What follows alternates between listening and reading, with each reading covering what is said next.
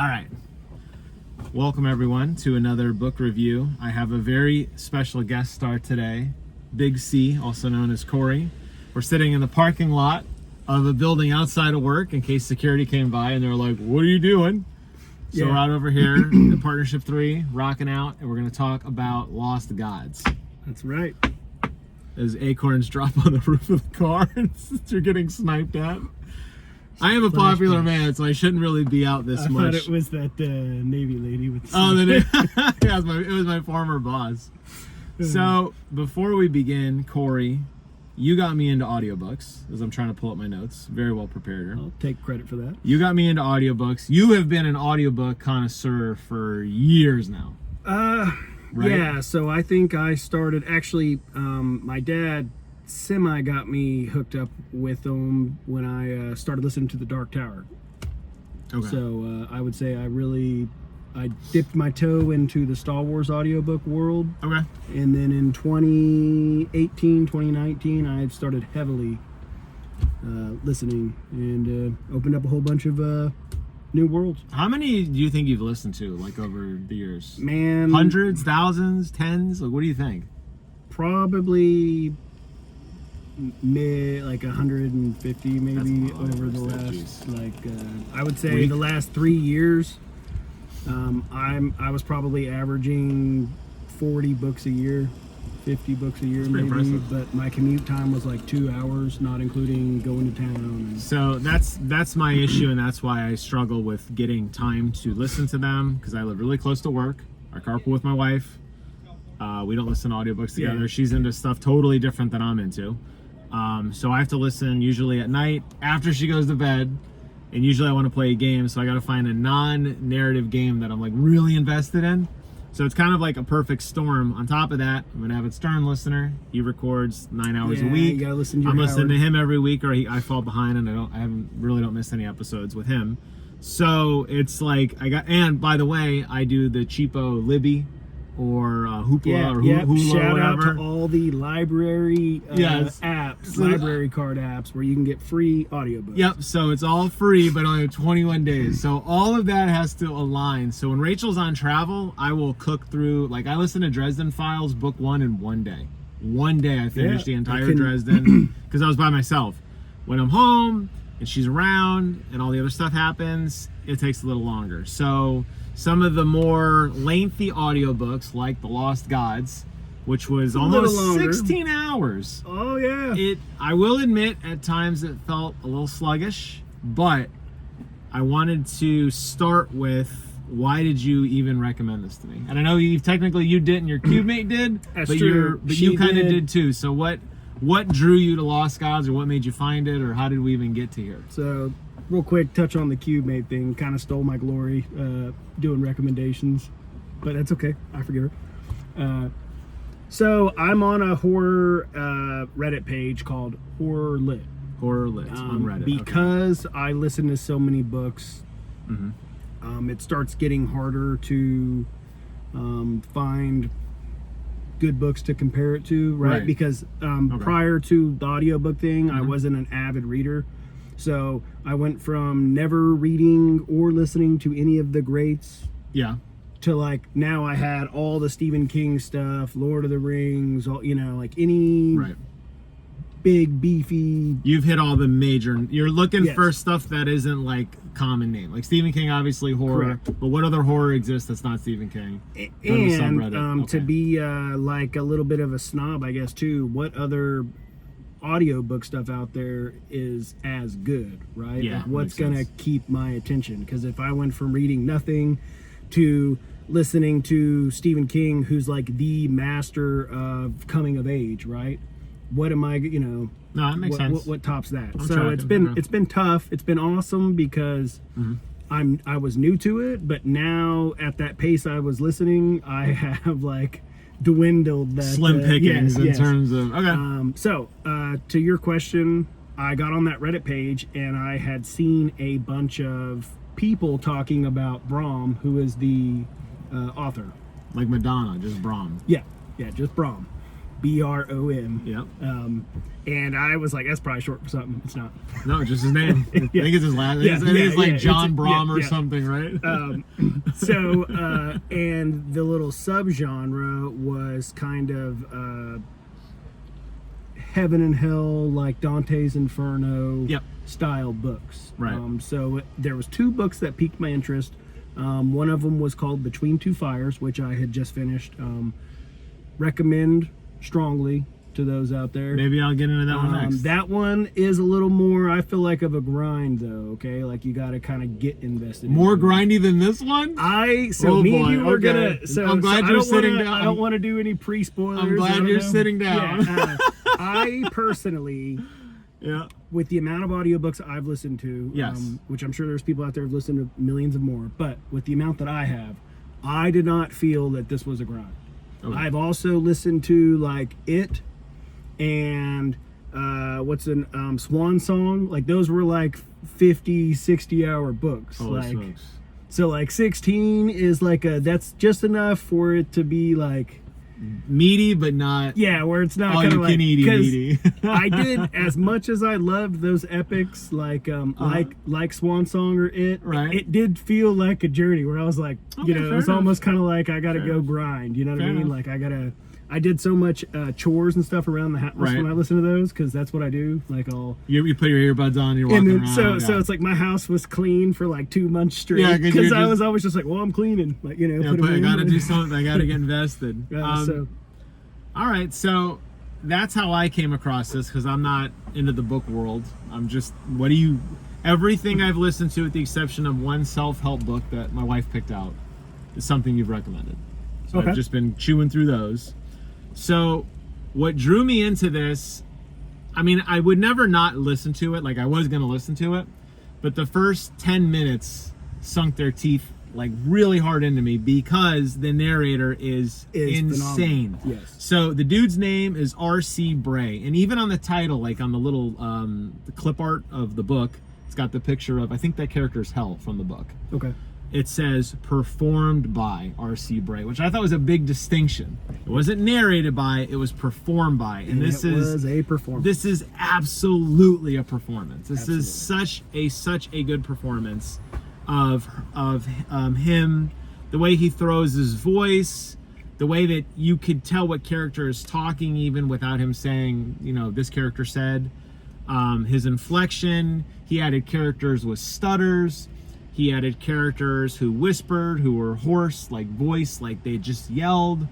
It was a wild ride just to hear him talk. And for that kept me coming back. Definitely kept me coming back. Absolutely a performance. So that is, I would say, a downside to audiobooks, though. Upside, downside is you are really limited by the narrator.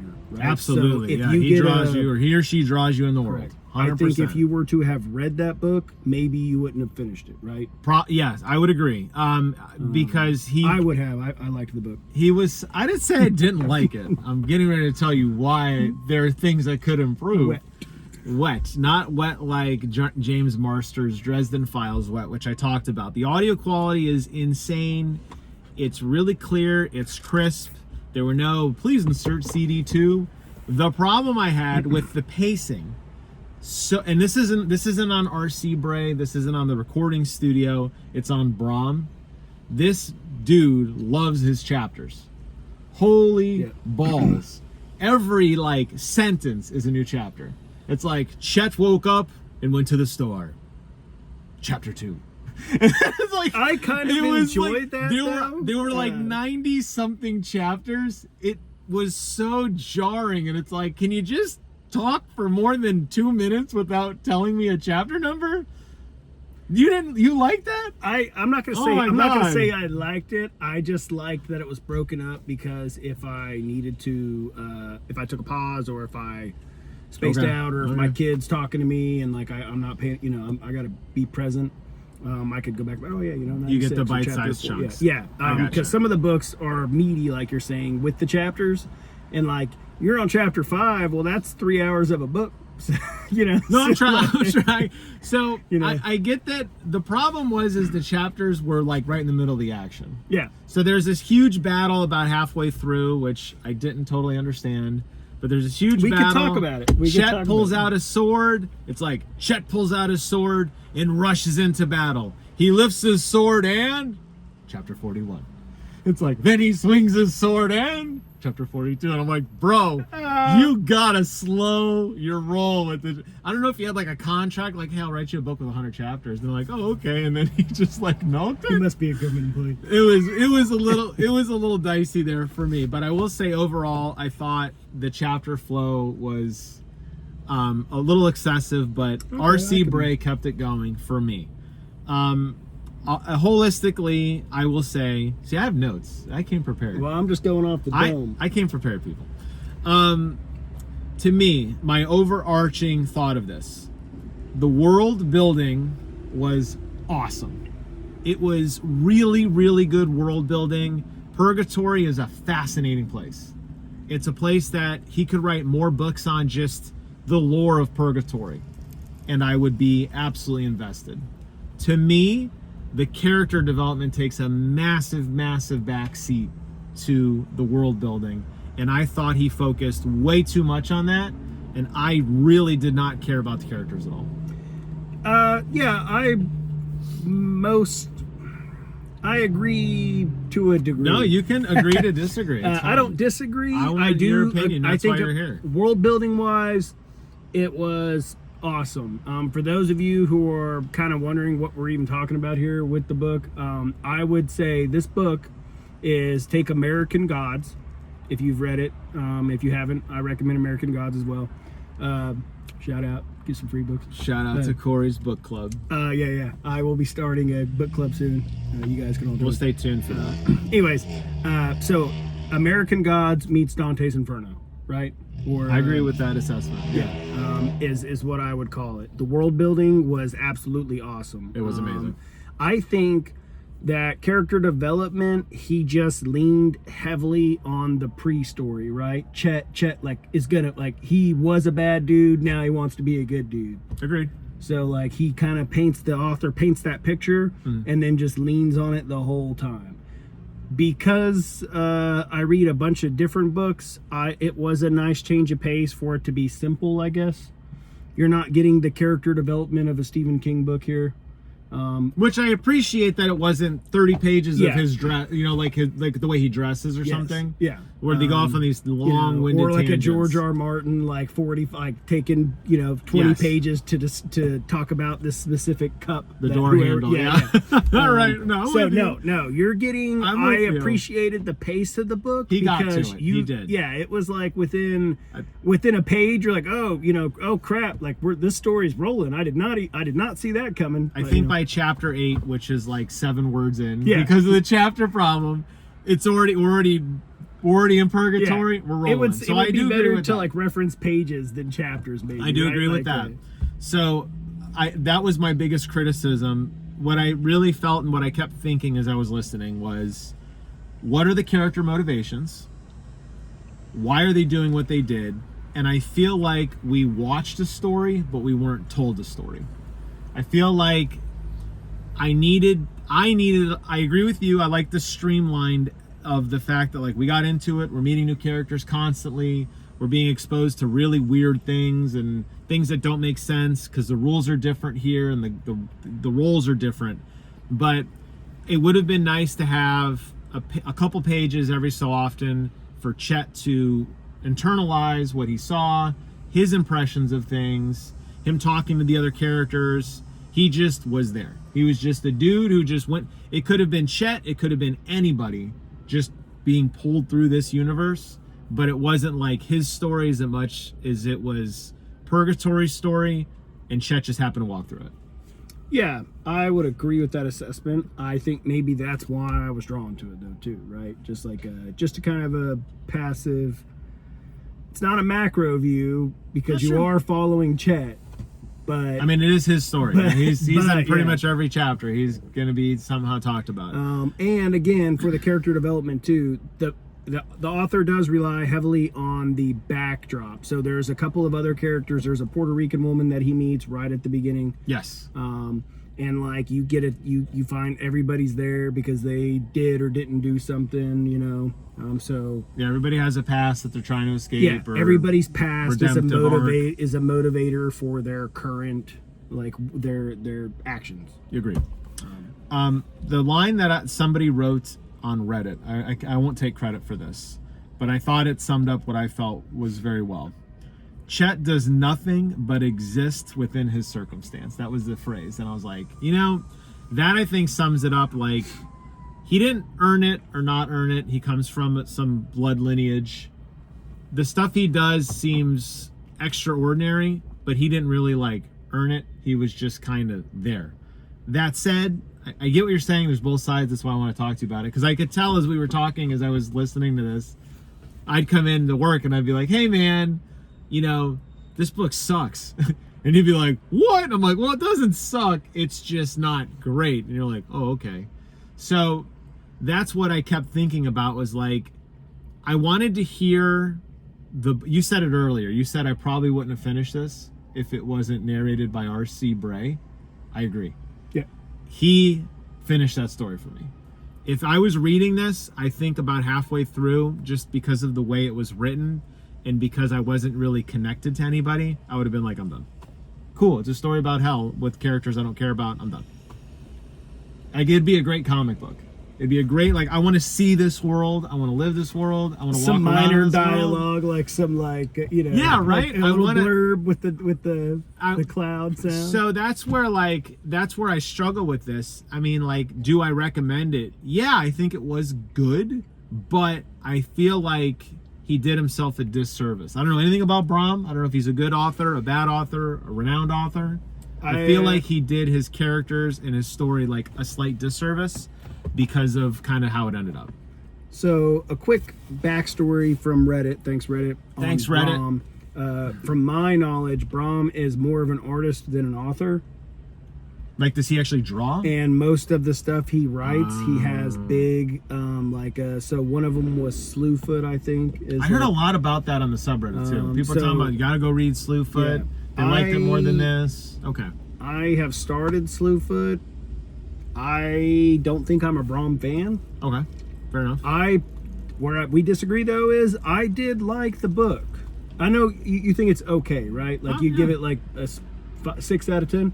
Yeah. Okay. Slightly above average, solely because of R.C. Bray. I would give it a 7.5 out of 10, and that's at a 10 out of 10 would be, I don't know, It by Stephen King would be my 10 out of 10. So, right. do you think? So you didn't read the book either, but did you see that he's drawn animation? Like, there's a cover. I've seen the books, right? Like off of Reddit and photos people have posted. So yeah, so he usually draws the cover. He'll draw like his monsters and stuff. Yes, and that's what I was gonna say. Was there the book review I saw online of some other people reviewing it? They were holding up the actual hardcover book, and there are these insanely cool illustrations of the characters. And I'd say to Brom's credit and to R.C. Bray's credit, he probably saw the characters too. They sound like what they look like. Yes. And the slight description you get from them, because it's not a very descriptive world. I shouldn't say that. The characters weren't that descriptive. The universe was very descriptive. But the individual characters, like, I couldn't tell you what Chet was wearing. Yeah. I couldn't tell you what Chet looked like. Was he old? Was he young? Well, I kept forgetting Chet was redheaded. Oh, he's a redheaded white dude. Specifically, they make some ginger jokes. You're right. Specifically for that. But outside of that, like when you meet some of these characters, these gods that he's talking to, yes. I had no idea they were like goat people with horns, with these very intricate details that was missing. And I go back to like, man, like you had all the elements, Brom. You just didn't put them all in one package. Because he also does like broad stroke descriptors, right? Like his Puerto Rican travel companion, he describes her as a Puerto Rican female. He does. I was gonna say he does. Like, he does. Like not like he does. That's it. I was like, we live in Central Florida, so fine. Yeah, you might have seen a Puerto Rican at some point in your life, and you're just gonna assume that's the person in the book because. But like if you would have talked to Oklahoma Cory, I'd have been like, oh man, I gotta go Google. Yeah, I don't know, what is that? No, you're right. He does those kind of, and I'm sure there's a reason behind that. Maybe he doesn't want you to focus on that, but like, it was hard to accept and appreciate Chet's journey and the sacrifices, and then the alternative of what was going on in the real world with his girlfriend and his grandmother and the real world. It was hard to accept that arc when I'm like, wait, who's Chet again? Like, what? Okay, yeah, I get it. I mean, I know who he is, but like, why is he doing this? What was the point of this? What is he wearing? What does he look like? And there was so many nebulous things. It felt very like abstracty to me. Maybe that is because coming off of some of the other books I've been reading, like Dresden Files, I think it's the opposite. They talk about like Dresden's coat and his hat and the car he drives, his blaster, everything. I have a lot more detail there. So when I'm reading these there's that like giant battle in the middle where they have this like giant battle arena. And I'm thinking of all these people fighting. I'm like, in my head, I'm thinking Gladiator because that's the only thing I can equate it to. But then looking at some of the pictures that Brom drew in his book, I'm like, okay, that I didn't get. That's not. I pictured a giant coliseum, like what people were wearing, how they were fighting. I mean, he's very going back to what you said about the horror stuff. Boy, he uses a lot of really good words. Like brains squishing and slurping and sludging and creaking and groaning, like, and then that narrator and RC Brain nails it. So I did feel that environment, but there was a lot of times that like some of early on Chet's companions, he meets these people right off the bat. They don't all make it. I'm like, who is that guy again? Like, oh, that was the guy from I didn't even know that guy's name. Oh, he's talking about him. Like, I felt like almost, I don't know the history of it, but I felt like Bray reluctantly wrote this book. He wanted to do something else, and he had this cool world, and they're like, no, you have to write it down. You're contractually obligated. I don't know, I'm just saying. But, I mean, so you being more on the subreddit and being more connected to the horror stuff, I mean, this is revered as like this is kind of like a definitive horror story, right? Like, people really enjoy this. It was definitely recommended. Now, granted, that's one thread. No, I get a lot of, and my opinion, it's tough because again, like, I'm limited to the audiobook category. So there is a lot of stuff that they have recommended that, man, I've tried and I can't. It wasn't okay. Including like Slewfoot isn't bad. I'm about a quarter of the way done, and I will finish it because I'm getting a bad habit of getting a quarter of the way done with the book and being like, okay, I'm good. So I'm trying to go back and do cleanup, right? Just like finish all of them. And I recommended another kind of good versus evil, heaven, hell type book called Between Two Fires earlier.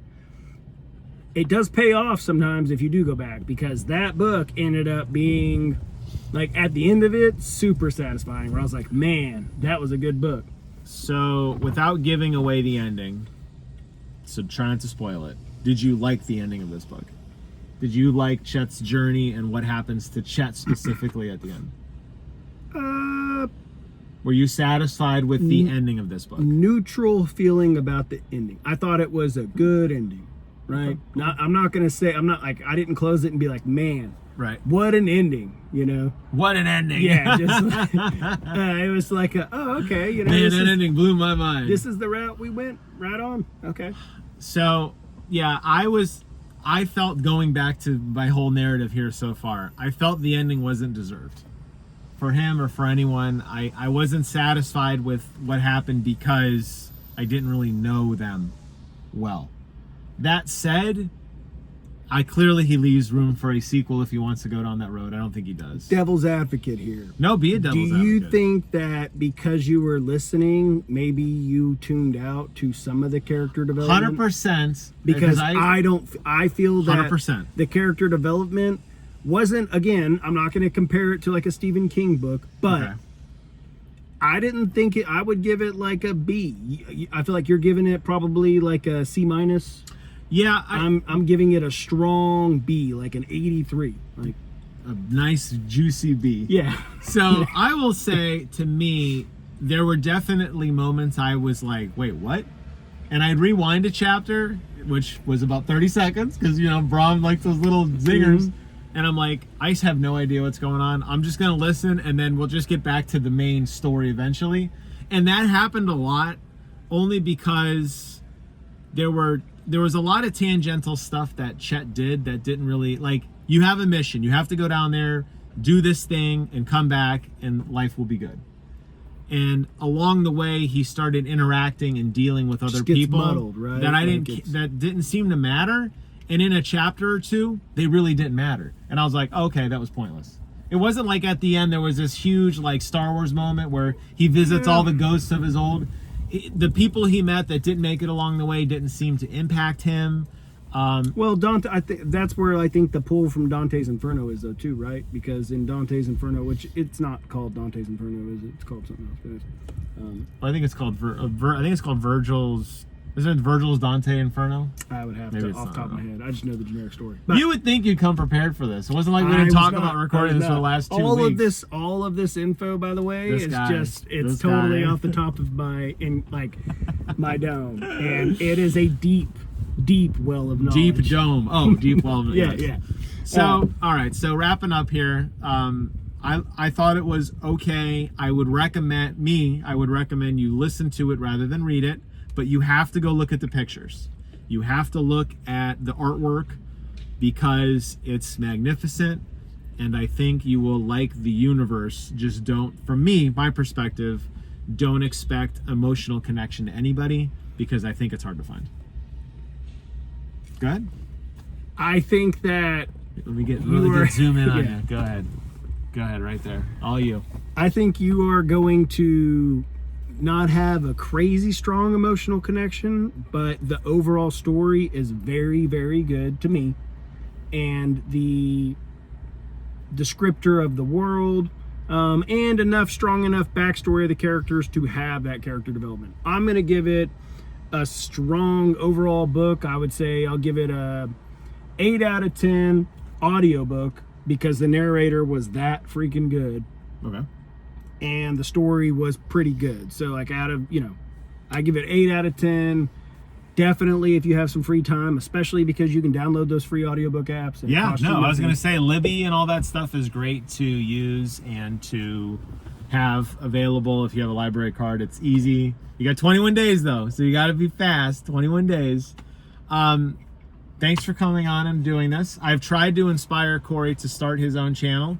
If he does, I will eventually pin the comment below so you can follow him over there and see all his hijinks. He's been talking about some pretty interesting things. I don't know if he wants to publicly talk about them, but the office banter is never a dull moment with this guy. So maybe you'll take some of that energy and inject it into YouTube. Maybe, it's hard to say. Maybe, yeah. It's hard to say. Maybe I'll start with maybe some book reviews, right? Listen. Real quick, top of your head, top 3 books all time. Oh, for me? All time. Can they all be the Dark Tower, just different books? Dark Tower will say is one, and then you can. Ooh, okay, definitely Dark Tower. Okay. The Road. Okay. And McCarthy. The Bridges in Madison County. Okay, I have not read or listened to Bridges in Madison County. Dude, I cried for probably a week after reading that book. I was like 8 or 9. My mom's like, "What are you doing in here crying all about?" And I'm like, "Mom, I'm reading a book." Yeah, so she give me that book. She reads it. She starts crying. My dad comes home from work. He's all greasy. You know, he's a mechanic. He's like, "What are you two crying about?" Yeah, ain't no son of mine gonna be crying. He never read it, but if he did, he would have cried. Ding. All right, wrap it up. Your top 3, and then we'll get out of here. I don't know. That's Cory's closing so thoughts. Tough. I'm gonna say top 3 books of all time. I'm gonna say It. Okay, I was gonna say you better say it for as much as you talk about it. Dune trilogy. Dune. Okay. Well, the first 4. Okay. Quadrilogy, whatever. Go ahead. Oh man, this is tough. I'm gonna say Dark Tower for now. Wow. But I think that any of those could be flip-flopped and I would have more. We will do another video at some point because Dark Tower is the greatest book of all time. Yeah, we'll call all of them a book. All right. We got to go back to work. Thanks so much for coming on, Cory, and chatting with us and imparting your knowledge and wisdom. We appreciate you. And don't look at me. Say bye to Yeah. your adoring fans. See you guys.